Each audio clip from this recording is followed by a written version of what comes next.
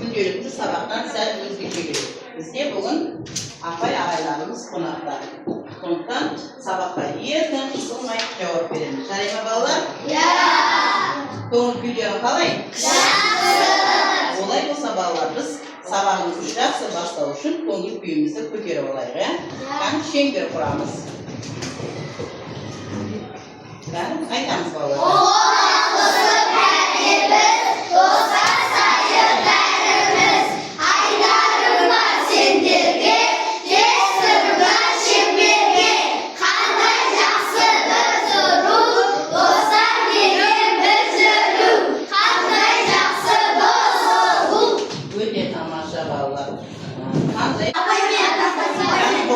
Бірінші сұрақты оқы.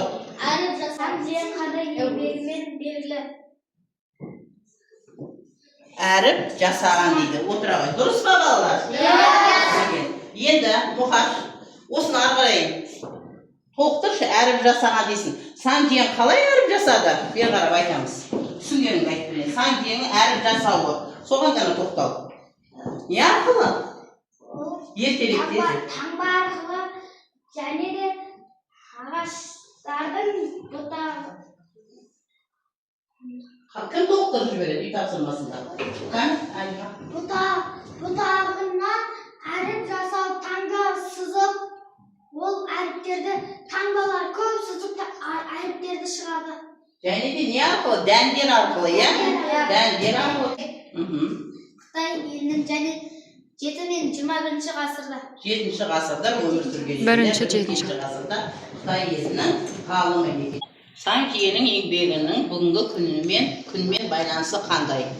Қаріптермен. Жақсы, өте керемет.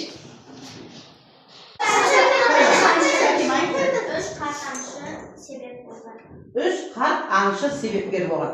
Оған қалай кездесті сан киен? Қалай кездесті? Қалай кездесті үш аңға, үш аңшы кісіге?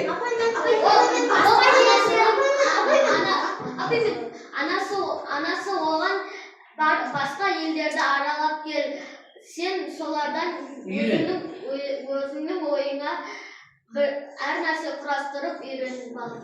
Басқа елге шық сен, бір жерде отыра бермеген. Соны не үшін шықты деп ойлайсың? Неге шықты? Неден қиналып кетті сан киен? Әр болмаған кейін әр нәрсе көбейе бергеннен кейін. Әр нәрсе демейміз. Өйткені халықтың саны көбейді, малдың саны көбейді, заттардың саны көбейді. Соған өзінің жіптен жасаған таңбалары, дәнектері жетті ма? Жете болса, неге саяхатқа шықты, әр жерлерде анасы көріп келуге жіберді. Дұрыс айтасың. Ана деген кейін одан сан жер сұрайды. Батыста екі үлкен жолбарыс бар дейді. Ал екінші аңшы солтүстікте үйір бұғылар бар дейді. Ал шығыстағы қарт аңшы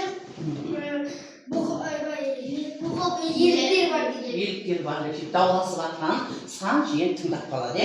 Бағалағандарымыз балдық жүйелерінде сөйтіп бағалап шығады екенбіз. Тамаша дайындалып келсіңдер ғой тапсырмасына. Өте керемет, маған қатты ұнады. Бізде бұл сабақта 2 оқушымыз жоқ, 16 оқушы, 14 оқушы қартада осы бағалап отыр, жылдан бұл балдар, уақыт алмайды, секунд алмайды дейсіз, бағаланды да үндемейді. Топ башына қарыңдар, болды өз жағылы. Енді бұдан тапсырма бұлай екен. Сурет мазмұны бойынша өз ойыңды айт, дәлелдеп түсіндір, және балалардың қандай жағымсыз қылықтары бар деген пікіріңді айтасың. Бірінші, мынаны дәлелдеп аласың. Кім жауап береді? Дәлелдеген кейін пікіріңді айтасың. Кім жауап береді? Ал сері.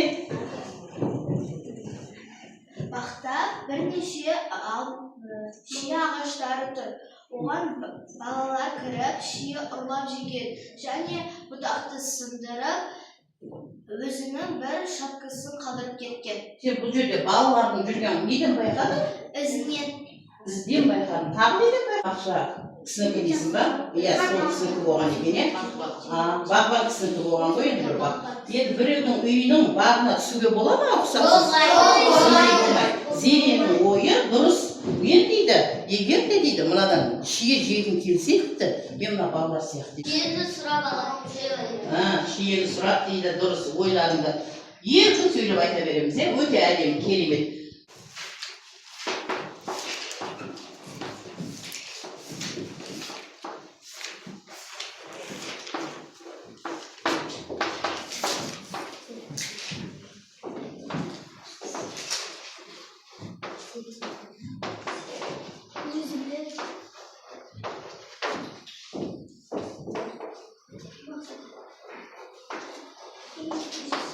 Тақырып жазамыз, бәріміз дәптермен жұмыс жасаймыз. Басымызды көтеріп отыр. Шал мен бала деген шығармамен таныс боласыңдар. Шығарманы жақсы түсініп оқыңдар балалар. Мінекей балалар, біздің Бердібек Соқпақбаев атамызбен таныстық, иә? Осы кісіні кеше ғана сендерге қосымша тапсырма беріп жібердім. Біздің мектепте кітапхана бар, иә? Кітапхана апайымыздың аты кім? Бақыт апай. Сол кезде мен сендерге айттым, балалар Бақыт апайдың кітапханасына кіріп, Бердібек Соқпақбаевтың шығармаларымен танысып келіңдерші деп айттым. Айттым ба? Иә. Кім кірді? Қандай кітабын алды? Одан өлгендер қайтып келмейді деген. Мінекей, өлгендер қайтып келмейді деген Бердібек Соқпақбаевтың кітабын алды, шығармасы. Өте жақсы кітабын алды. Мен ергежейлі еліне саяхат деген кітапты алдым. Өте Шетіндегі ең соңғы аялдамаға тақалды. Жұрт орындарынан түрге бесікке қарай бейімдеді. Орта тұста отырған бүркеулі қаба сақал кішкентай шалдың трамвайдың тоқтауын күтпей икемі бас таяғын сүйкеп үлгеріп қарай жүрді. Ағарай, кім? Алихан. Бір қолында тағы салған сөмкесі кенет трамвайдың жүргізуші жүрісі күт байқауында Баяулағанда шал ілгері осы құлай жаздады. Оның аржағында таман тақырбас кішкентай бала тұр еді. Ол шалдың үйіне дейін бірге жүріп келеді. Ал ата, қош болыңыз деп бала шалаға қош айтысады. Рахмет балам, саған көп рахмет. Сен болмағанда мен дейді Сұлтан, ағарай, Сұлтан. Қап бекер ұрған екен бәсе сонда үлгілі бала екені білініп тұр. Сотанақ күт байлады. Қолынан құлай жаздағаны оның артында тақырбас бала отыр еді. Ол Оқы. атаға мен орын берді. Ай, оқысайшы астында сұрағым. Мәуле. Атайдан ертең берден кешірім сұрамады. Ертең бірден кешірім сұрамады дейді. Қалай жауап бересіңдер? Ол тұрықтан шығып. Мынау кім? Мәуле не істеген еді өткенде? Неге өрмелеген еді? Мәуле? Мәулен осы сөзге лайық па, не себепті? Атасы Мәуленді мақтайды ғой жаңағыдай. Мәулен өзі қандай оқушы болды? Сашадан сұрап алады ғой атасы бәрін. Сашадан сұрап алады. Саша, Мәулен қалай оқиды деп сұрайды.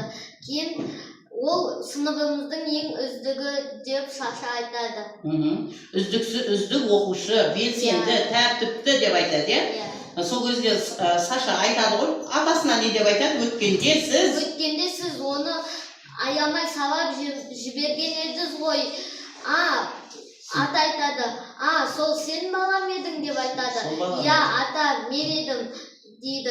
Ата оны бауырағына құшақтап, ата кешірім сұрайды.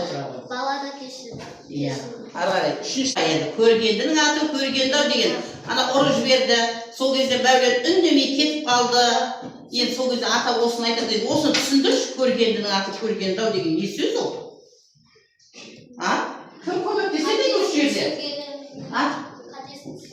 Ол да дұрыс қатесін түсінген. Кім айтады? Кешірім сұрап. Көргендерін көргені деген сөз, Ол көрмей баланы ұрғанда дым демей өзінен өзі кетіп қалды. Дұрыс, дым демей кетіп қалды. Оның орнында басқа бала болса, мүмкін соған қарай, атаға қарай не болуы мүмкін? Қарамауы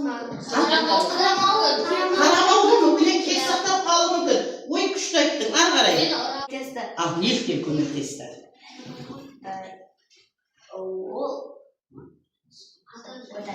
Енді былай істей салайық, сен Сұлтанды сөйлесін. Сұлтан сені сөйлету үшін, сен мәуленсің, е?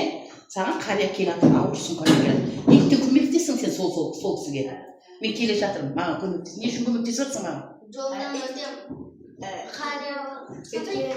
Менің немді сыйлап тұрсың сен? Үлкендігімді, жасымды сыйлап тұрсың, е? Менің зат көтере алмай келатқанымды сыйлап тұрсың, е? Еңбек етуді үйрендік, тағы. Үлкенді құрметтеу керек дейді. Тағы. Үлкендерді сыйлап, ауыр заттарын көтеріп. Міне, мейірімділікті үйрендік, қамқорлықты, адамгершілікті. Содан кейін бір адамға, бір кісіге ренжіп қалып, соны өмір бақи ренжімеуді үйрендік қой біз мәуленнен. Шөп батады, жақсыға сөз батады.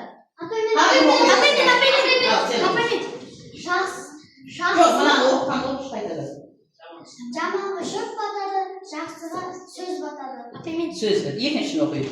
Жақсылық қылсаң, бүтін қыл. Жақсылық қылсаң бүтін. Жаман дос көлеңке.